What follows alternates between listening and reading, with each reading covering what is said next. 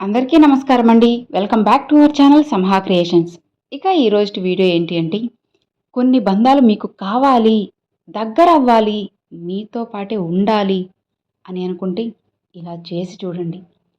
మన దృష్టి మనం చేసే పని పైన ఉండాలి కానీ ఫలితం మీద కాదు. మనం ఎప్పుడైతే ఫలితం గురించి అతిగా ఆలోచిస్తామో అప్పుడే మనం చేసే పని పట్ల మన దృష్టి చెదిరిపోతుంది.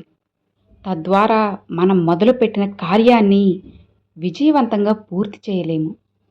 భయం సులభమైన పనిని కూడా అసాధ్యం చేస్తుంది. కానీ ధైర్యం అనేది అసాధ్యమైన పనిని సైతం సుసాధ్యం చేస్తుంది. మన జీవితంలో ఏం కోల్పోయినా సరే మనపై మనం నమ్మకాన్ని మాత్రం కోల్పోకూడదు. ఎందుకంటే మన దగ్గర ఏమీ లేనప్పుడు మనకి తోడుగా నిలిచేది నమ్మకం మాత్రమే. మనం ఇతరులతో స్నేహం చేసేప్పుడు వారి నుంచి మనం ఏం లాభం పొందగలము అని ఆలోచించడం కన్నా వారికి మనం ఎంత మంచి సాయం చేయగలం అని ఆలోచించి స్నేహం చేయడం వల్ల ఆ బంధం ఎక్కువ కాలం నిలుస్తుంది. జీవితంలో కష్టాలనేటివి రోడ్డు మీద కనబడే స్పీడ్ బ్రేకర్ లాంటివి. అవి ఎదురైనప్పుడు కొంత నెమ్మదిగా ఆ సమయాన్ని దాటించగలిగి ఆ తర్వాత రెట్టింపు వేగంతో ముందుకు సాగడమే ఉత్తముడి లక్షణం. తల్లిదండ్రులు మనకి దేవుడిచ్చిన వరం. అటువంటి తల్లిదండ్రులకు శాపంగా మారుతున్నారు కొంతమంది పిల్లలు. అసలు ఈ ప్రపంచంలో మనం ఎదుర్కొనే సమస్యలు నిజానికి పెద్ద కష్టాలేం కాదు. మనమే వాటిని ఊహించుకొని భయపడుతూ ఉంటాము. అయితే ఒక్కసారి ఆ భయాన్ని వదిలి వాటికి పరిష్కారాలు వెతకడం మొదలు పెడితే చిటికెలో సమస్య పరిష్కారం అవుతుంది.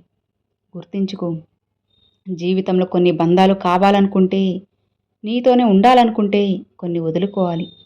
ఇదే నిజం. చదువు కోసం విద్యార్థులు నిద్రని, విజయం కోసం క్రీడాకారులు బద్ధకాన్ని, గొప్ప జీవితం కోసం మనిషి సుఖాన్ని వదులుకోక తప్పదు. కోపం, భయం, ఈర్ష, ద్వేషం, అసూయ మనిషిలోని దుర్గుణాలు.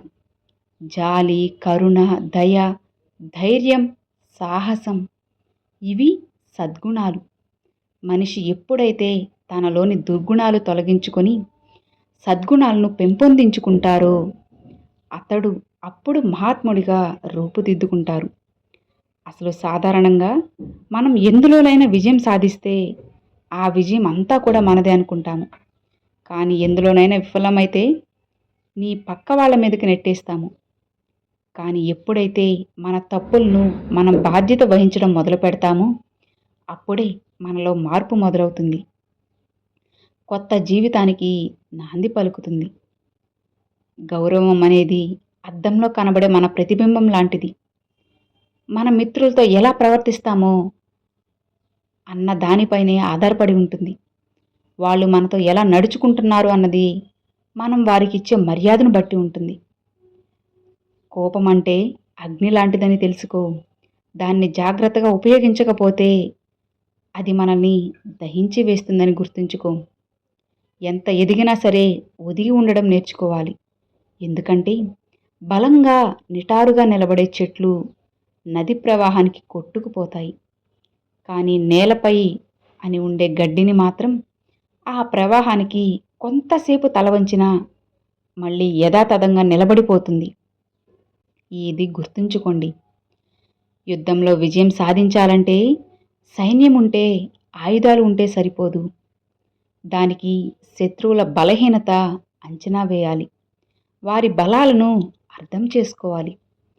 ఎన్నో యుద్ధాలలో అద్భుతమైన విజయాలు ఇలా సాధించినవే. 16 ఏళ్ల వయసు కూడా దాటకముందే ఒక పిల్లవాడు కష్టపడుతున్నాడంటే ఆ తండ్రి సరిగ్గా లేడని అర్థం. 60 సంవత్సరాలు వచ్చినా ఇంకా ఆ తండ్రి కష్టపడుతున్నాడంటే కొడుకు సరిగ్గా లేడని అర్థం. జీవితంలో మనం ఏమీ చేయలేని రోజులు రెండు ఉన్నాయి. ఒకటి నిన్నటి రోజు, మరొకటి రేపటి రోజు. ఏం చేయాలన్నా మిగిలింది మనకి ఈరోజే. కాబట్టి ఈరోజే నవ్వండి, నవ్వించండి, ప్రేమను పంచండి, అనుభూతిని ఆస్వాదించండి. ముఖ్యంగా నవ్వుతూ జీవించండి. అర్థమైంది కదా? ఇన్ని మంచి మాటల్లో మీకు ఏ మాట బాగా నచ్చింది అనేది నాకు తప్పకుండా కామెంట్లో అయితే షేర్ చేసుకోండి. మరొక మంచి వీడియోతో మీ ముందుకైతే వస్తానండి. అంతవరకు సెలవు ఫ్రెండ్స్. Thanks for watching.